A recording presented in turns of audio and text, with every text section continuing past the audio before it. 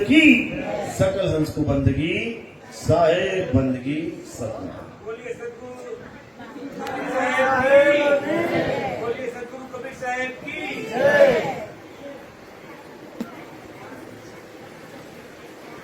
तो कबीर प्रकट दिवस के उपलक्ष्य में आज यहाँ पे सत्संग आयोजन किया गया। पहले तो हमें ये पता होना चाहिए कि कबीर साहब इस संसार में जब आते हैं तो उनके आने का मकसद क्या होता है, क्योंकि अगर मकसद पता है तब तो समझ लो कि आपको मंजिल मिलेगी, आपको यथार्थ ज्ञान मिलेगा। और आपको मकसद ही नहीं पता तो फिर कबीर साहब आए या ना आए उससे आपको कोई फर्क पड़ने वाला नहीं है। कई लोग समझते हैं कि कबीर साहब इस संसार में आए भक्ति करने के लिए। उनसे पूछो किसकी भक्ति करते थे तो कहते राम नाम की भक्ति करते थे। कई लोग कबीर साहब को सोचते हैं कि ये समाज सुधार करने के लिए आए थे। कई लोग कबीर साहब को समझते हैं कि ये एक लेखक थे, कविताएं लिखने के लिए आए थे। कोई कुछ समझता है, कोई कुछ समझता है, कोई कुछ समझता है। कईयों ने उनको जुलाहा बना दिया कि वो केवल कपड़े बुनने के लिए आए थे। कई लोगों ने उसको हिंदू बनाया, कईयों ने उसको मुसलमान बना दिया। कईयों ने उनको विधवा ब्राह्मणी का पुत्र बना दिया तो कईयों ने नीरू नीमा का पुत्र बना दिया। यानी सब कुछ कर डाला, उस एक ही शख्स के ऊपर बहुत कुछ कर डाला, लेकिन फिर भी सत्य नहीं समझ पाए कि आखिर वो कौन थे, क्यों आए, कैसे आए, कहां से आए, कोई नहीं जान पाया।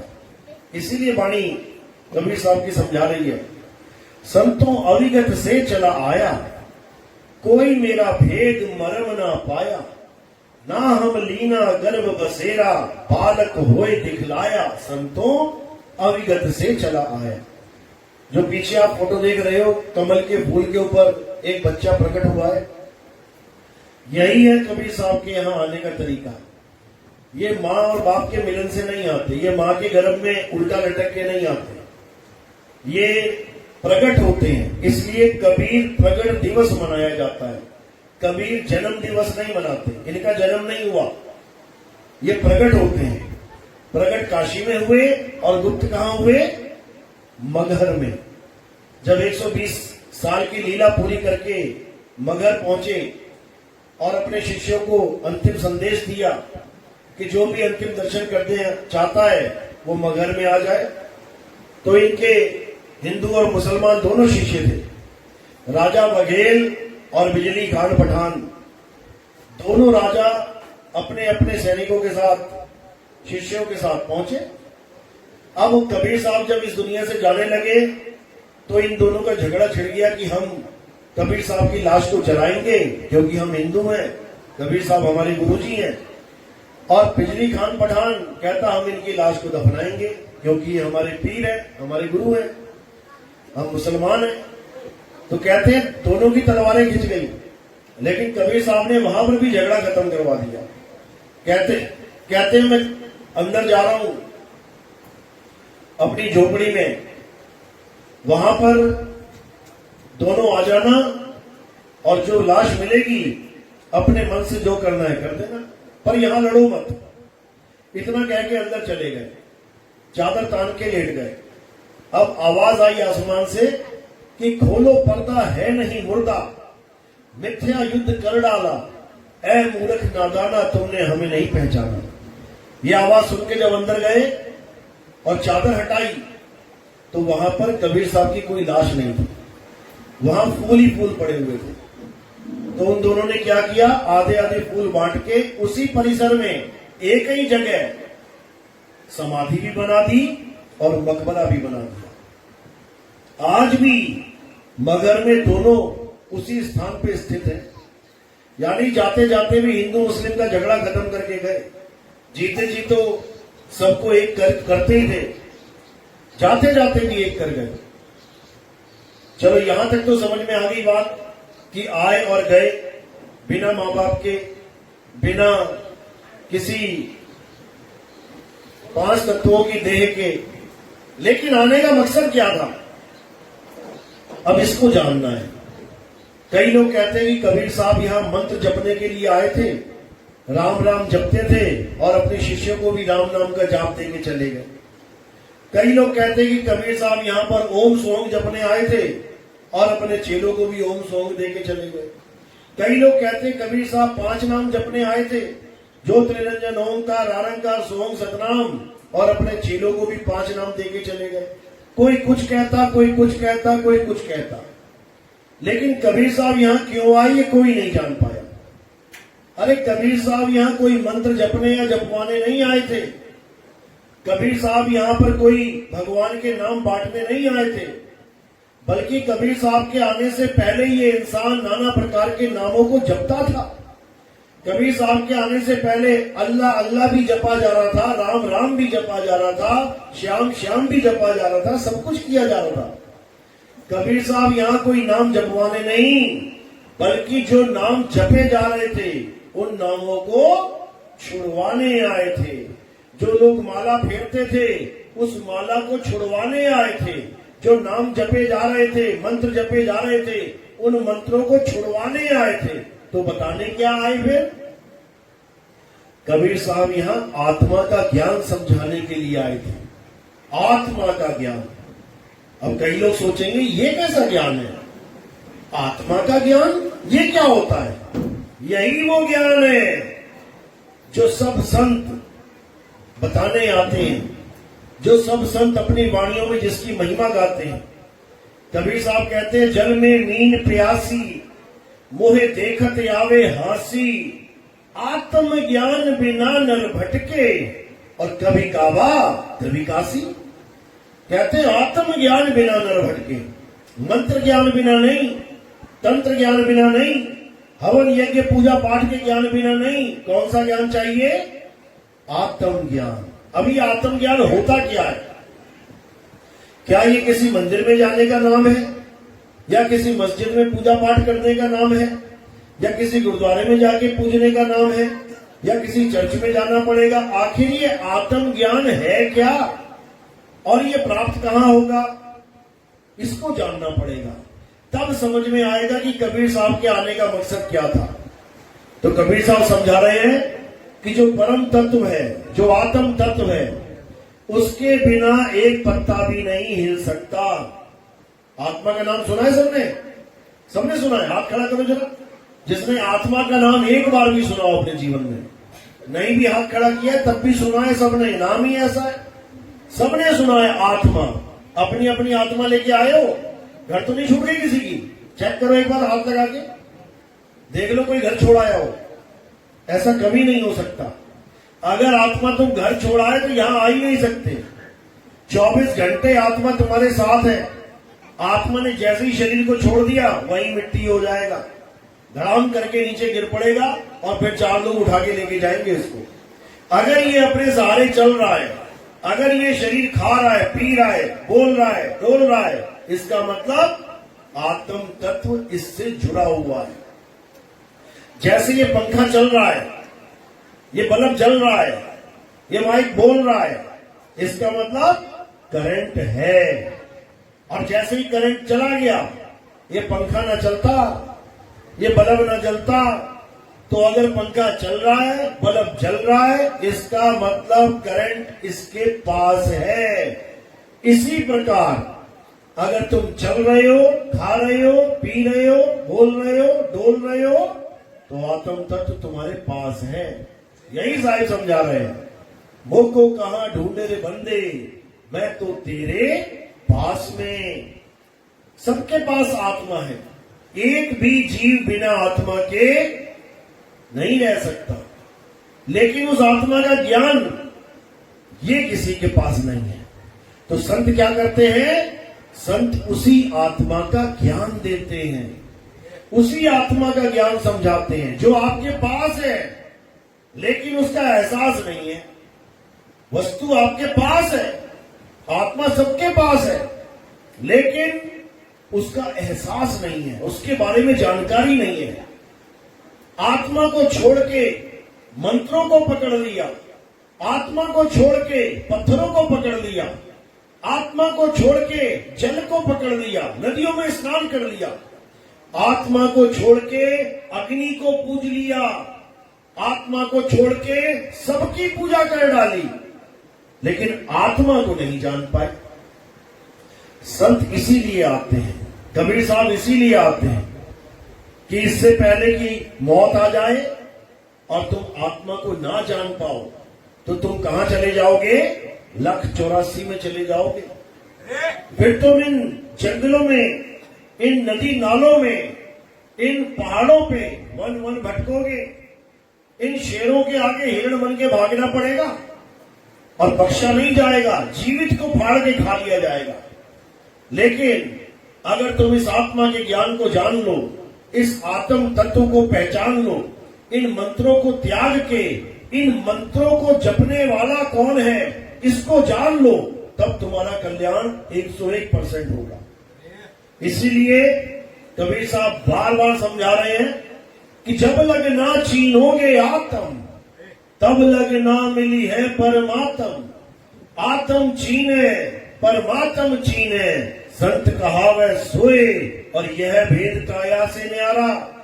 ये काया का खेल नहीं है कि तुम उसकी पूजा कर रहे हो जिसकी 2 आंखें हैं, तुम उसकी पूजा कर रहे हो जिसके 2 कान हैं, तुम उसकी पूजा कर रहे हो जिसकी 1 नाक है, हाथ है, पैर है, पीठ है, कंधे हैं, पेट है। अगर तुम ऐसे किसी भगवान की पूजा कर रहे हो तो तुम आत्म तत्व को नहीं जान पाए, तुम शरीरों के पुजारी बन गए, तुम नाशवान शरीरों की पूजा करते रहे, तुम अविनाशी आत्मा को नहीं जान पाए। इसीलिए साहिब बार बार समझा रहे हैं कि जब तक आत्मा का भेद बताने वाला, जब तक आत्मज्ञान समझाने वाला गुरु तुम्हारे जीवन में नहीं आया, तब तक तुम्हारा कल्याण नहीं हो सकता। यही गीता में समझाया गया। क्या कहती है गीता? हे अर्जुन, जो अपनी आत्मा में रमण करते हैं, जो अपनी आत्मा में तृप्त हैं, जो अपनी आत्मा में संतुष्ट हैं, उनके लिए कोई धार्मिक कर्म कर्तव्य लागू ही नहीं होता। यानी बचपन से लेके आज तक तुम किसी भी मंदिर, मस्जिद, गुरुद्वारे, चर्च कहीं भी जाते हो, कोई भी पूजा पाठ करते हो, अच्छी बात है। मंदिर जाते हो, पूजा पाठ करते हो, अच्छी बात है। मुसलमान भाई कहीं मस्जिद में जा रहा है, कहीं नमाज पढ़ रहा है, अच्छी बात है, किसी की बंदगी कर रहा है। सिख भाई, ईसाई भाई किसी की पूजा कर रहे हैं, अच्छी बात है। लेकिन ये कब तक करनी है? जैसे एक बच्चा स्कूल में जाता है पढ़ाई करने, लेकिन कब तक पढ़ना है? क्या सारी उम्र पढ़ता ही रहेगा? 90 साल का, 100 साल का हो गया, पढ़ता ही रहेगा? बिल्कुल नहीं। केवल कोर्स कंप्लीट करना होता है। 12 साल, 13 साल, 14, 15, 16 साल, इतने में कोर्स कंप्लीट हो ही जाते हैं। तो हमारा कोर्स कौन सा है? हमें कब तक ये पढ़ाई करनी है? मंदिर, मस्जिद, गुरुद्वारे, चर्च की हमें तब तक पढ़ाई करनी है जब तक हमारे जीवन में कोई आत्मज्ञानी गुरु नहीं आ गया। तब तक हमने मंदिर भी जाना है, मस्जिद भी जाना है, गुरुद्वारे भी जाना है, चर्च भी जाना है, या जिसको परिवार में जैसा संस्कार मिल गया, कोई भी पूजा पाठ मिल गया, हमें वो सब करना है। कब तक? जब तक आत्मा का ज्ञान बताने वाला कोई गुरु हमारे जीवन में नहीं आता। तो क्या कहते हैं गीता में? अध्याय 3 17वां श्लोक, पढ़े लिखे हैं सब, मोबाइल में जाके देखना घर में क्या लिखा है। अध्याय 3 17वां श्लोक, हे अर्जुन, जो अपनी आत्मा में रमण करते हैं, आत्मा में रमण करना है। कब कर पाओगे? जब मंदिर, मस्जिद, गुरुद्वारे, चर्च से निवृत्त हो जाओगे, छूट जाओगे।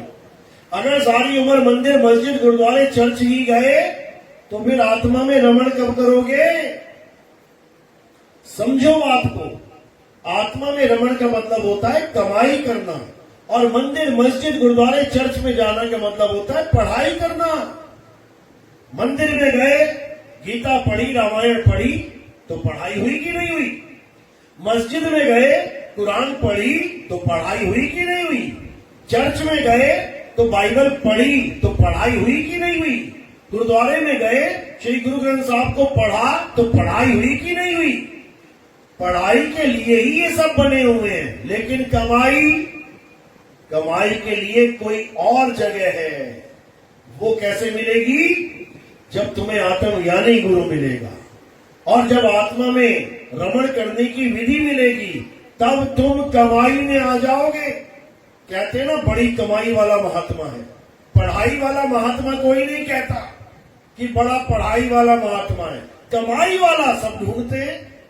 अब कमाई कैसे होगी? हे अर्जुन, जो अपनी आत्मा में रमण करते हैं, जो अपनी आत्मा में तृप्त हैं, जो अपनी आत्मा में संतुष्ट हैं, उनके लिए कोई धार्मिक कर्म कर्तव्य लागू ही नहीं होता। यानी पढ़ाई कब तक है? जब तक तुम्हारी नौकरी नहीं लग गई, तब तक पढ़ते रहो। और जैसे ही नौकरी लग गई, फिर दफ्तर जाओगे कि पढ़ने जाओगे? फिर पढ़ाई खत्म और कमाई शुरू। तो हमारी पढ़ाई कहां तक है? मंदिर, मस्जिद, गुरुद्वारे, चर्च तक। और कमाई आत्मिक कमाई, इस कमाई को कमाना है। तो ये कैसे कमाएंगे? गीता में स्पष्ट लिखा गया। क्या कहते हैं? हे अर्जुन, अगर तुम आत्म तत्व को जानना चाहते हो, अगर तुम सत्य को जानना चाहते हो, तो तुम ऐसे तत्वदर्शी संत की शरण में जाओ। मंत्रदर्शी नहीं बोला, या जपी तपी सन्यासी नहीं बोला। ये सब अलग कैटेगरीज हैं। जपी तपी सन्यासी ये तत्वदर्शी संत नहीं है। जपी का मतलब होता है जो जाप करवाता है। कोई भी जाप दे सकता हो। कोई कह रहा है राम राम राम जप लो, उसी धर्म का दूसरा बाबा कह रहा है नहीं बेटा राधे राधे जपो। उसी धर्म का तीसरा बाबा कह रहा है बेटा ओम नमः शिवाय जपो। उसी धर्म का चौथा बाबा कह रहा है नहीं हनुमंते नमाय जपो। उसी धर्म का पांचवा बाबा कह रहा है ओम शनि देवाय जपो। अलग अलग नाम जाप में एक ही धर्म के लोग फंसा रहे हैं। सोचो, अब दूसरे धर्म में चले गए। मुसलमान, वो कभी ना कहेगा राम राम जपो, वो कभी ना कहेगा राधे राधे ओम नमः शिवाय जपो, वो अपने वाले नाम पकड़ा देगा। अल्लाह अल्लाह जपो या खुदा जपो, या वो नमाज पढ़ो 5 टाइम की अरबी भाषा में। अब किसी सिख भाई के पास चले गए तो वो अपना मंत्र पकड़ा देगा कि वाहेगुरु जपो। अब किसी ईसाई के पास चले गए तो वो अपना पकड़वा देगा मंत्र। क्या कहेगा? हालेलुया जपो। यानी सबको लग रहा है कि हम सबको अलग अलग मंत्र यानी अलग अलग विधि बता रहे हैं, जबकि तत्वदर्शी समझता है, वो जानता है कि भले ये नाम अलग अलग दिखाई दे रहे हैं लेकिन अक्षर एक ही है। 52 अक्षर ही है ये। राम, ये 2 अक्षर आ गए कहां से? इन्हीं 52 अक्षरों में से। 52 अक्षर कौन से हैं? अ आ इ उ ऊ का खा गा, ये स्वर और व्यंजन होते हैं। इनको जब जोड़ दोगे तो 52 अक्षर हो जाएंगे। इन्हीं अक्षरों में से सारे नाम निकले हैं संसार के। हिंदुओं का राम राम, राधे राधे, इसी 52 से निकला है। मुसलमानों का अल्लाह अल्लाह या खुदा, ये सब इसी 52 से निकले हैं। सिखों का वाहेगुरु वाहेगुरु वाहेगुरु, इसी 52 से निकला है। ईसाइयों का हालेलुया हालेलुया, इसी 52 से निकला है। सारे धर्मों के सारे नाम इसी 52 अक्षरों से निकले हैं। भले देखने में अलग अलग लग रहे हैं लेकिन ये 52 ही है। जैसे बेसन की अलग अलग चीजें बना लो, तुम 10 तरह की बेसन की चीजें बना लो, देखने में अलग अलग लगेगा लेकिन जब तत्व में जाओगे तो एक ही तत्व से 10 आइटम बनी हुई है। बनाते हो ना बेसन की कितनी चीजें बनाते हो? बेसन की रोटी, बेसन की दाल, बेसन की गाठिया बना लेते हो, बेसन की मटरी, बेसन की मट्ठी, बेसन का ये, बेसन का वो। तो दिखने में और बोलने में सबका नाम अलग अलग है, डिजाइन अलग अलग है, लेकिन तत्वदर्शी यानी जो बना रहा है वो जानता बेसन ही है। ये हिंदू भी बेसन खा रहा है, मुस्लिम भी बेसन खा रहा है, सिख भी बेसन खा रहा है, ईसाई भी बेसन खा रहा है, और लड़ क्या रहे हैं? मैं तो मट्ठी खाऊंगा, मैं गाठिया खाऊंगा, मैं ये खाऊंगा। मैं नाम अलग अलग रख दिए लेकिन तत्व एक ही है। यानी 52 अक्षर ही है। इसीलिए कबीर साहब समझा रहे हैं 52 अक्षर जीव आधारा और आदि अक्षर जीव ब्यास से न्यारा। ये जितने भी झगड़े हो रहे हैं धर्म के नाम पे, भगवान के नाम के ऊपर, ये सब इस जीव की कारस्तानी है। अगर सबकी जीव गायब कर दी जाए, हिंदू, मुस्लिम, सिख, ईसाई, जैनी, बौद्धिस्ट, सबकी जीव गायब हो जाए, अब बताओ कौन सा नाम लेगा कौन? अब कौन कहेगा राम बड़ा, अब कौन कहेगा खुदा बड़ा, अब कौन कहेगा वाहिगुरु बड़ा, अब कौन कहेगा गॉड बड़ा? ये इसी जीव का खेल है सारा। इस जीव की वजह से सारे नाम बोल बोल के उसको बड़ा करने में लगे हैं। सब बड़ा करने में लगे हैं, लेकिन उसको ढूंढ कोई भी नहीं रहा। सब कहने में लगे नहीं पानी छोटा जल बड़ा है, नहीं जल छोटा है नीर बड़ा, नहीं नीर छोटा है तोय बड़ा। सब झगड़े में पड़ गए हैं, लेकिन पानी कोई नहीं खोज रहा। जल जल जपने वाला भी प्यासा मर रहा है, पानी पानी जपने वाला भी प्यासा मर रहा है, वाटर वाटर जपने वाला भी प्यासा मर रहा है। सबके सब प्यासे मर रहे हैं, खोज कोई भी नहीं रहा है। लेकिन कबीर साहब खोजने पे जोर देते हैं। वो ये नहीं कहते कि राम राम जपोगी, श्याम श्याम जपोगी, वाहिगुरु वाहिगुरु जपो। वो कहते कुछ नहीं जपना है, सारे जाप छोड़ दे और क्या कर, इस आत्मा से खुद को जोड़ ले, आत्म तत्व का ज्ञान प्राप्त कर।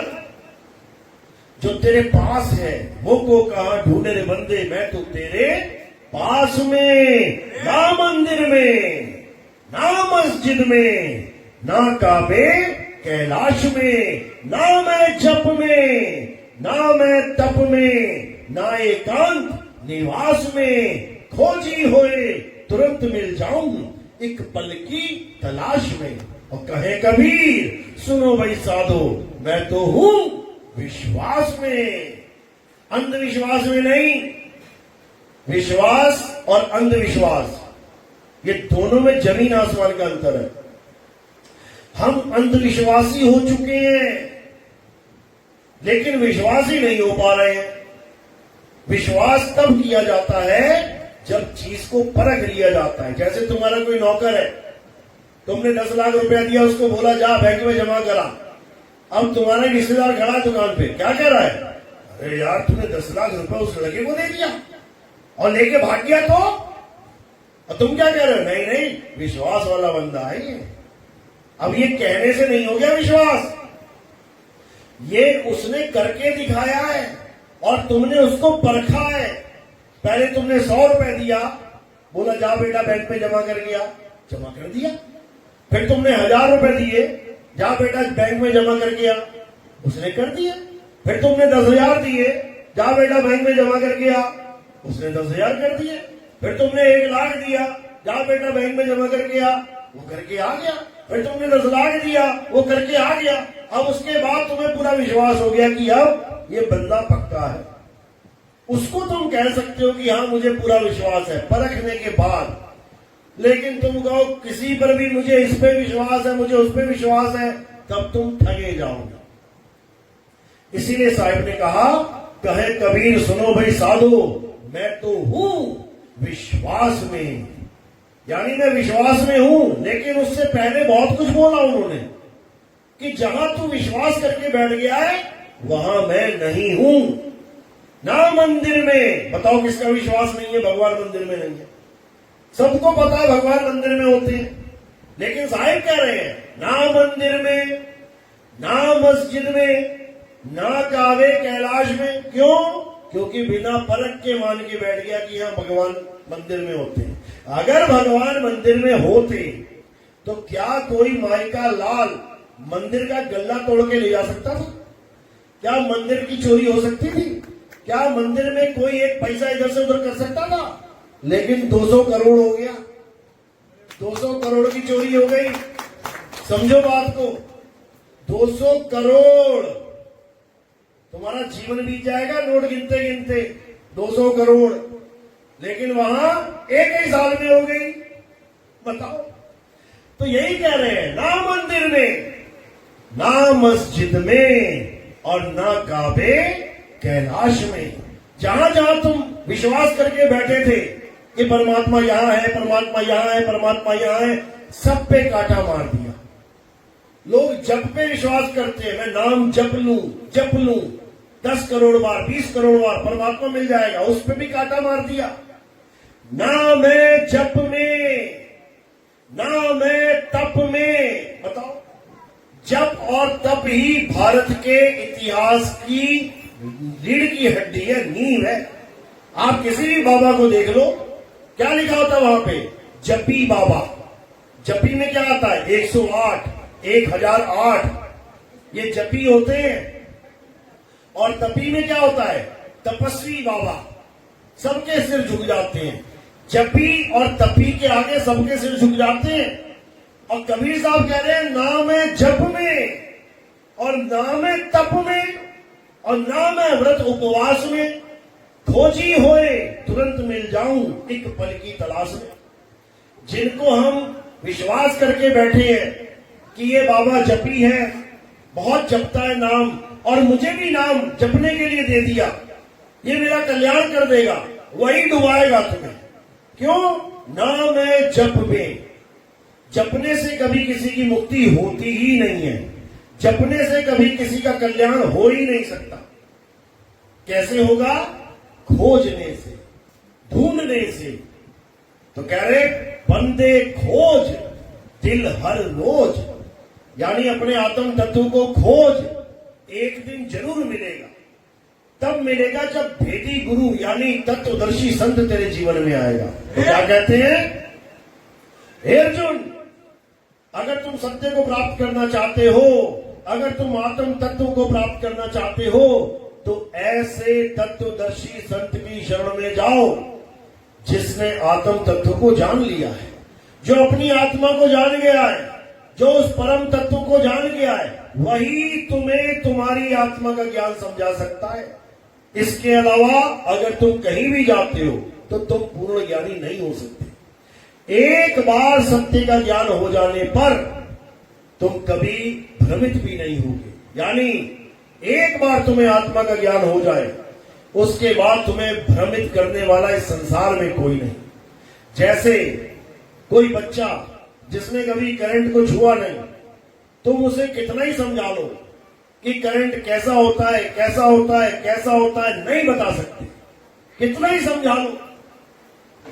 लेकिन अगर उसने एक बार भी करंट को छू लिया तो वो सारी उम्र नहीं भूलेगा कि करंट कैसा होता है।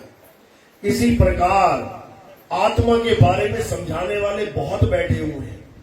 कोई कह रहा है आत्मा यहां पर है, यहां एक ज्योत जल रही है, यही आत्मा है।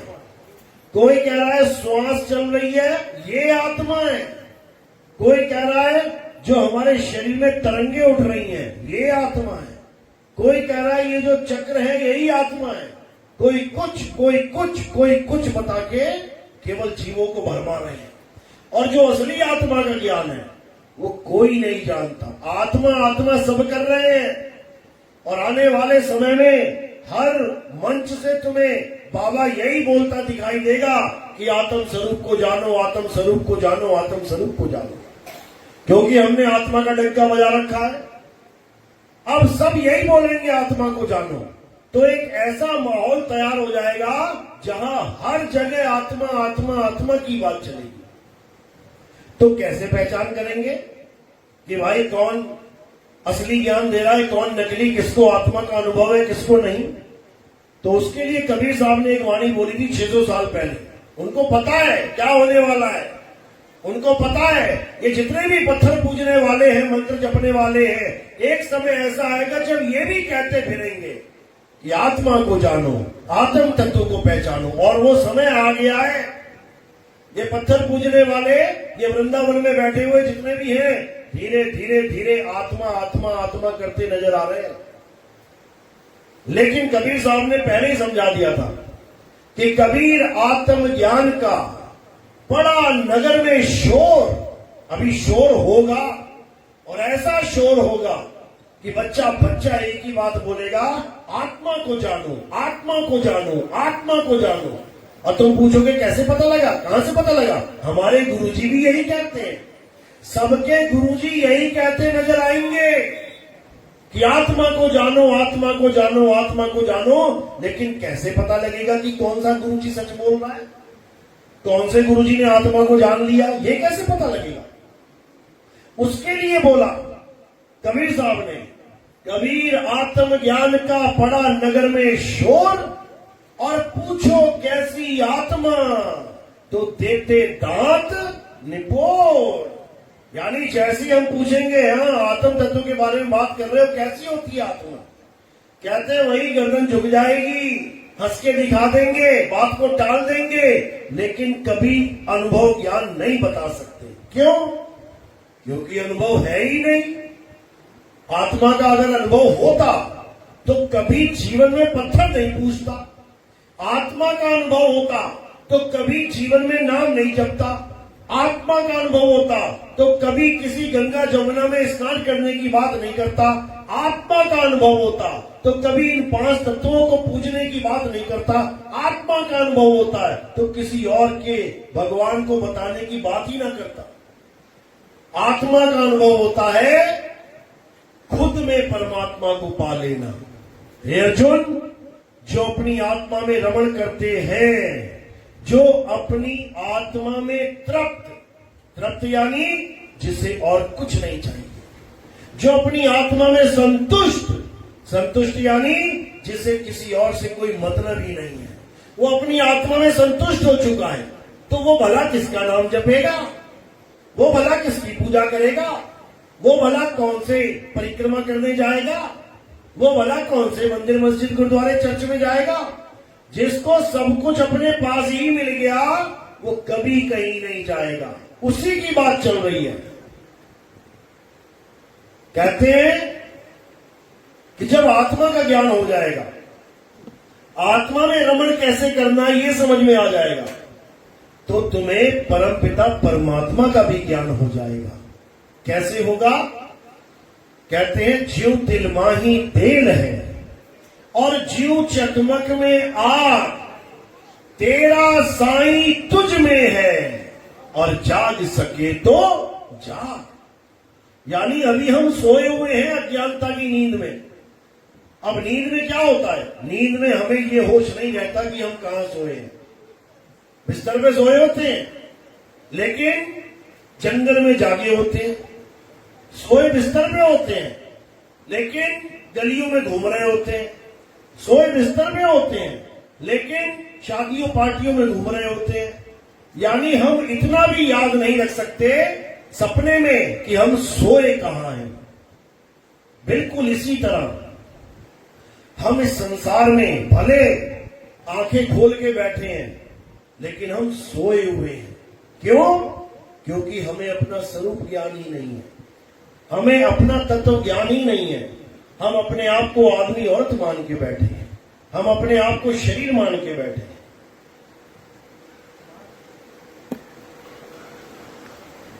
और जब तक हम अपने आप को शरीर मानेंगे तब तक हम अपने आप को कभी जान ही नहीं सकते। यानी जिसको हम ढूंढ रहे हैं वो हम में विराजमान है लेकिन हमें अपना ही ज्ञान नहीं है।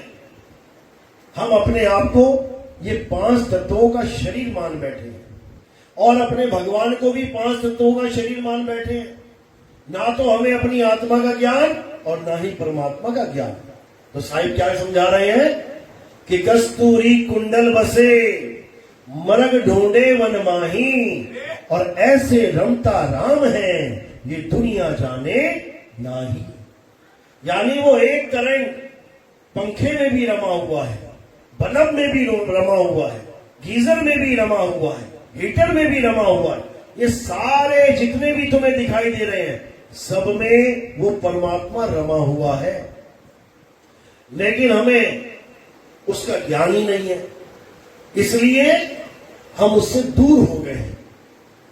तो कह रहे हैं साहिब का घर दूर है जैसे पेड़ खजूर और ज्ञानी जन के पास में अज्ञानी से दूर। यानी तुमने खजूर का पेड़ लगा दिया अपने आंगन में, अब कहां लगाया है सबको बताते फिर रहे हो। मैंने अपने घर में आंगन में पेड़ लगाया है, पेड़ घर के आंगन में ही है लेकिन वो 200 फुट का हो गया, अब उस पे चढ़ना आता नहीं है। तो जैसे ही खजूर पकती है, कोई पक्षी आता है और खजूर तोड़ के ले जाता है। खजूर तुम्हारे आंगन में ही है, लेकिन चढ़ना नहीं आता, इसलिए आंगन में होता हुआ भी दूर है। और जिसको चढ़ना आ गया, उसके लिए दूर होता हुआ भी